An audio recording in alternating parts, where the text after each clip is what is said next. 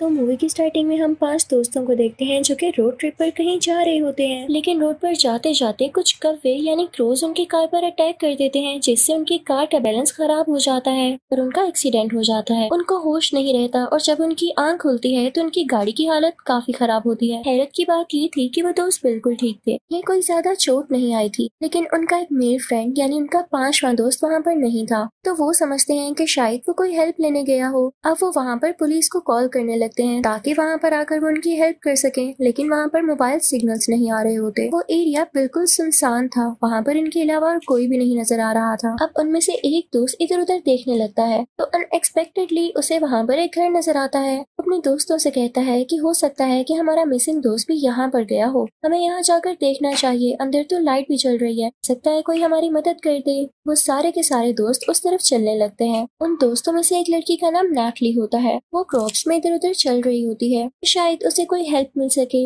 लेकिन तभी उसे फील होता है कि जैसे वहाँ पर कोई है और उसे देख रहा है। वहाँ पर एक स्केयर क्रो भी होता है और उसका एक साथी उस पर चढ़कर इधर उधर देखने लगता है। नेटली को जो डाउट हो रहा था कि क्रॉप्स में कोई है, तो वाकई वहाँ पर कोई होता है, लेकिन जब नेटली उसे देखना चाहती है तो वो वहाँ से भाग जाता है। नेटली भी काफी डर जाती है और जाकर अपने दोस्त को बताती है, लेकिन उसका दोस्त उससे कहता है कि तुम्हारा वहम होगा, यहाँ तो हमारे अलावा कोई भी नहीं है। दूसरी तरफ नेटली का दोस्त और उसका साथी घर की तरफ जाते हैं। वो घर में जाके हैरान रह जाते हैं क्योंकि वो घर काफी पुराना होता है और वहाँ पर कोई भी नहीं होता। अब सोचने वाली बात ये थी कि उस घर में लाइट किस तरह चल रही थी। अब नेटली का दोस्त और उसका साथी वहाँ होते हैं कि उन्हें ऊपर से कोई आवाज आती है। ऐसे लग रहा था जैसे ऊपर की कोई सीढ़ियाँ चढ़ रहा हो और वो वहाँ पर देखने जाते हैं। उनको काफी सस्पेंस हो रहा था इस घर को लेकर और बाहर नेटली को भी काफी सस्पेंस था कि आखिर फील्ड्स में था कौन, और वो दोबारा से उधर देखने जाती है। नेटली चल रही होती है और चलते चलते उसे स्केयर क्रो नजर आता है जो कि थोड़ा डिफरेंट लग रहा था। नेटली जब उसका मास्क हटाती है तो उसके अंदर स्केलेटन होता है जो कि किसी रियल इंसान का था। उसे देख के वो काफी डर जाती है और चिल्लाने लगती है। वहाँ पर उसका एक साथी भी आता है जो कि उसे संभालता है, ये कहते हुए कि ये स्केलेटन है, क्या पता कई साल पुराना हो, ये तुम्हें क्या कहेगा, तुम एवी डर रही हो इससे। लेकिन नेटली रोने लगती है और कहती है कि ये आम स्केलेटन नहीं है, मुझे इससे बहुत बुरी वाइब्स आ रही हैं। अब उधर हम घर में देखते हैं जहाँ पर नेटली का दोस्त और उसका साथी अब ऊपर वाले कमरे में पहुंच चुके थे और वहाँ पर उनका वही मिसिंग साथी था जो कि एक्सीडेंट के बाद उनको मिला ही नहीं। उसके हाथ पर कील लगे हुए थे और वो कुछ मास्क जैसा सी रहा था। वो देखने में काफी खौफनाक लग रहा था, जैसे उस पर किसी ने अटैक किया हो। अचानक से उस रूम की लाइट्स बंद हो जाती हैं और दूसरी तरफ फील्ड्स में जब नेटली उधर चल रही होती है तो उसे लगता है जैसे कोई क्रिएचर है वहाँ पर।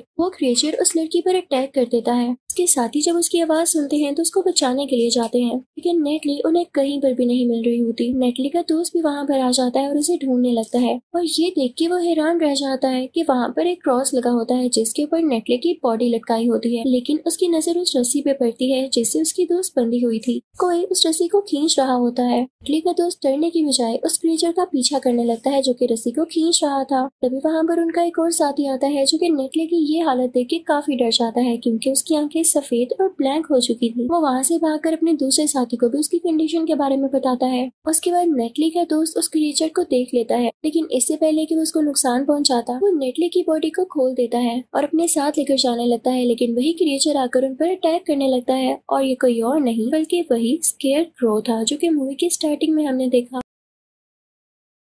लेकिन नेटली का मेल फ्रेंड उससे बिल्कुल भी नहीं डरता, वो उसे पकड़ लेता है, लेकिन सरप्राइजिंगली जैसे वो उसे पकड़ता है तो एक नॉर्मल स्केयर क्रो में बदल जाता है, जैसे उसमें जान ही ना हो। इस बात ने नेटली के दोस्त को भी काफी हैरान कर दिया था। तभी वहाँ पर एक और स्केयर क्रो आता है और उस पर अटैक करने लग जाता है। अब की बार वो डर जाता है और अपने साथी के पास भागने लगता है, लेकिन वहाँ पर वही स्केयर क्रो आके उसके साथी को भी मारने की कोशिश करता है और फिर वो लोग उस फील्ड के पास एक घर में आ जाते हैं, लेकिन नोट करते हैं कि वो स्केयर क्रो उस घर में नहीं आ पा रहा, यानी वो सिर्फ फील्ड्स में ही रहता था। अब वो लोग एक दूसरे के वाउंड्स को ठीक करने लगते हैं और वो लोग सोचने लगते हैं कि इस जगह से कैसे निकला जाए। लोग बाहर आते हैं और कोई गाड़ी ढूंढने लगते हैं। उनको एक गाड़ी नजर आ भी जाती है, लेकिन उसमें भी एक स्केयर क्रो पड़ा होता है और स्केयर क्रो उन पर अटैक करने लगता है, लेकिन वो लोग खुद को बचा लेते हैं। फिर हम देखते हैं कि नेटली के मेल फ्रेंड के साथी को विजन्स आने लगते हैं और वो किसी आदमी के बारे में थे जो कि यहाँ पर अपने 2 बेटों के साथ रहा करता था। हम देखते हैं कि वो मीट का एक हिस्सा काट रहा होता है, अपने बेटों से भी ऐसा करने को कहता है। उसका बड़ा बेटा काफी अच्छे से मीट को काट रहा होता है, लेकिन छोटा बेटा इस काम में बिल्कुल भी इंटरेस्टेड नहीं था।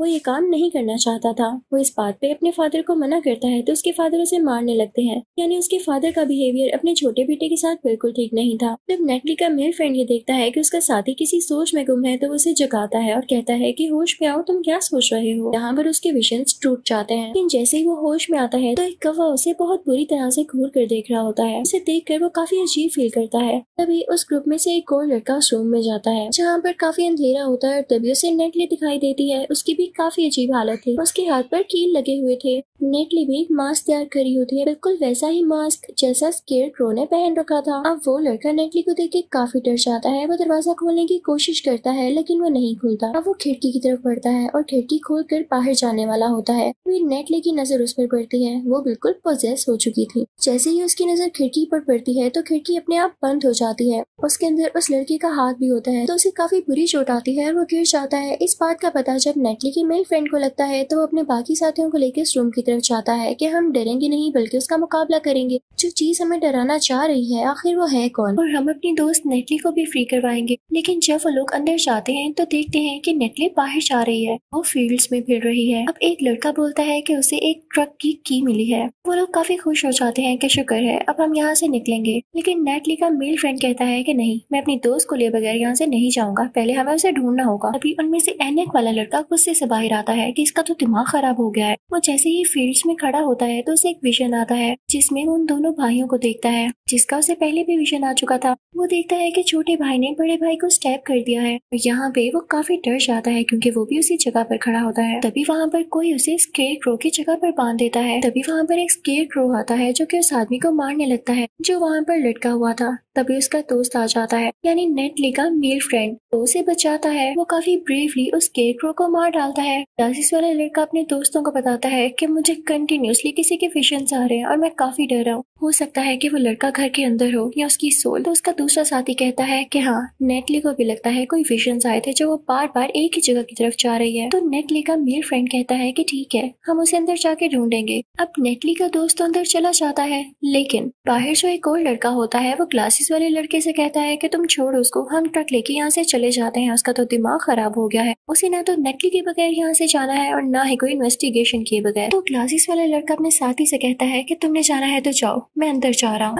ऊपर नेटली का दोस्त और वो क्लासेस वाला लड़का वहाँ कुछ चीजें ढूंढने लगते हैं। तभी वहाँ पर उन्हें एक शॉटगन मिलती है, लेकिन तभी नेटली के दोस्त को आवाज आती है जैसे उसके दूसरे साथी ने नीचे ट्रक स्टार्ट कर लिया है। और जब वो जाकर देखता है तो उसके वहाँ पहुँचने से पहले ही वो ट्रक स्टार्ट करके उन फील्ड से बाहर जा चुका होता है। तो ये देख के उस लड़के को काफी गुस्सा आता है। अब जो लड़का ट्रक लेकर जा रहा था वहीं उसके पास एक स्केयरक्रो आके गिरता है और ट्रक भी वहाँ पर जैम हो जाता है।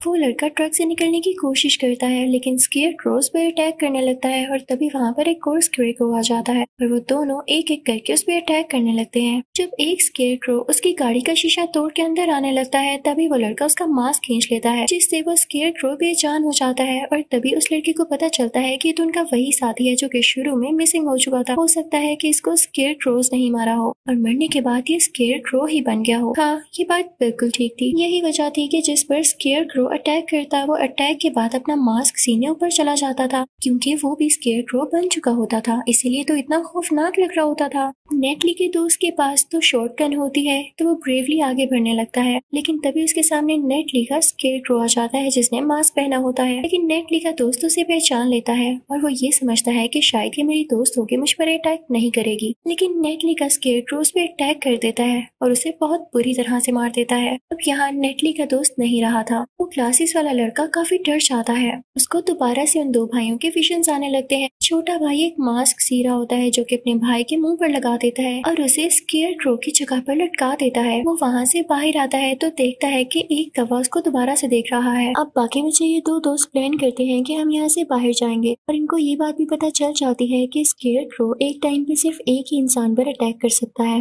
का दूसरा दोस्त यानी नेटली का जो मेल बेस्ट फ्रेंड होता है वो अब अपना मास्क बना रहा होता है और इन दोनों को किसी तरह से यहाँ से बाहर जाना था। तो एक अपनी शॉटगन उठा लेता है। ये लोग फ्यूल और लाइटर लेके उस गाड़ी के पास जाते हैं, लेकिन तभी एक स्केयरक्रो क्लासेस वाले लड़के पर अटैक करने लगता है तो दूसरा लड़का शॉटगन से उस पर शूट करके उसे मार गिराता है। वो दोनों अब डिसाइड करते हैं कि वो दोनों अलग अलग होकर यहाँ से निकलने की कोशिश करेंगे ताकि स्केयरक्रो डिस्ट्रैक्ट हो जाए कि मारना किसी है। वो होप कर रहे थे कि दोनों बच जाएं, लेकिन उन्हें भी पता था कि उनमें से कोई एक ही बच पाएगा। इसी दौरान उनके दोस्त का स्केयरक्रो उन पे अटैक करने लगता है। अब क्लासेस वाला लड़का दूसरी तरफ निकल जाता है और उसका दूसरा दोस्त दूसरी तरफ, जहाँ पर उसे उसके दोस्त का स्केयरक्रो दोबारा से डराता है कि वो उस पर अटैक कर देता है। दौरान वो खुद भी एक लकड़ी पर गिर जाता है और काफी जख्मी हो जाता है, लेकिन साथ ही वो अपने दोस्त का मास्क हटा लेता है जिससे वो बेजान हो जाता है। ग्लासेस वाला लड़का पूरी फील्ड्स के ऊपर फ्यूल छिड़क देता है ताकि वहाँ पर आग लगा सके, लेकिन तभी एक स्केयरक्रो वहाँ पर आकर उस पर अटैक कर देता है और वो बेहोश हो जाता है। वो ग्लासेस वाला लड़का जब उसे होश आती है आगे जाने लगता है तो देखता है कि स्केयरक्रो ने उसके दोस्त को लटकाया हुआ है। उसे मारने ही वाला होता है कि वो स्केयरक्रो पर अटैक कर देता है और आगे बढ़ने लगता है, लेकिन स्केयरक्रो अभी भी जिंदा होता है। वो स्केयरक्रो ग्लासेस वाले लड़के की रस्सी पकड़कर खींचने लगता है, लेकिन उस ग्लासेस वाले लड़के का दोस्त उससे कहता है कि मैं स्केयरक्रो को पकड़कर रखता हूँ, तुम यहाँ से भाग जाओ।